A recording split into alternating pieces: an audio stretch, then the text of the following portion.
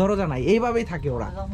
এই যে আমরা কত দরজায় লক করি, তালা দেই, আর ওদের না তালা দিতে হয় না, ওরা এভাবেই থাকে। তখন আবার জঙ্গলগুলো টোকা টোকা টোকা টোকা আনি শুকাইতে আবার ঘরের ভিতরে হান্দাইতে করে এখানে রান্না করি। আর এটা আল্লাহ জানে, আল্লাহ যদি ফালাই তাহলে আমরা আর কিছু করতে পারবো না।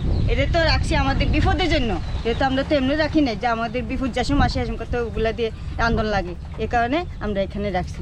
মরণের কথা আমরা চিন্তা করি না, কেন আমরা যে আল্লাহ যা বানাইছে আমাদের গরিব, সেই জন্য আমরা মরণের চিন্তা করি না। আমরা এটা রাখছি বিপদের জন্য, আপদের জন্য। চলে বাপ মায় দিছে, তখন কী করবো, আর বাপ মা তো আর চুলকানি দিতে পারি না মুখের ভিতরে। কোনো মানুষ আছে মুখের ভিতরে চুলকানি দিয়ে বাপ মার জায়গাতে, বাপ মার গেছে তারপর এখানে আসছে।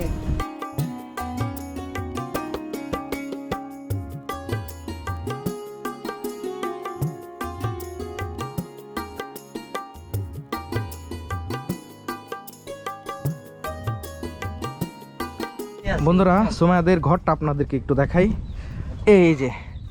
এই যে এখানে রান্না করে ঘরের ভিতরে, আর এই যে গাছ দিয়ে খাম্বা করে রাখছে ঘরের ভিতরে। এই যে কিছুই নেই সুমাইয়াদের ঘরে, শুধু সুমাইয়া আছে এখন, না সুমাইয়া?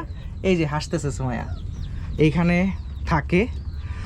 আর এই যে এই পাশে হচ্ছে আরেকটি দরজা রাখছে, কিন্তু দরজা নেই, শুধু খোলা। এই পাশেও দেখুন দরজা নাই, এইভাবেই থাকে ওরা। এই যে আমরা কত দরজায় লক করি, তালা দেই, আর ওদের না তালা দিতে হয় না, ওরা এভাবেই থাকে। আসলে ওরা কষ্টে থাকলেও নিশ্চিন্তে থাকে যে ওদের ঘরে চোর ঢুকবে না। কেন চোর ঢুকবে না? কারণ ওদের ঘরে চুরি করে নেওয়ার মতো কোনো কিছুই নেই।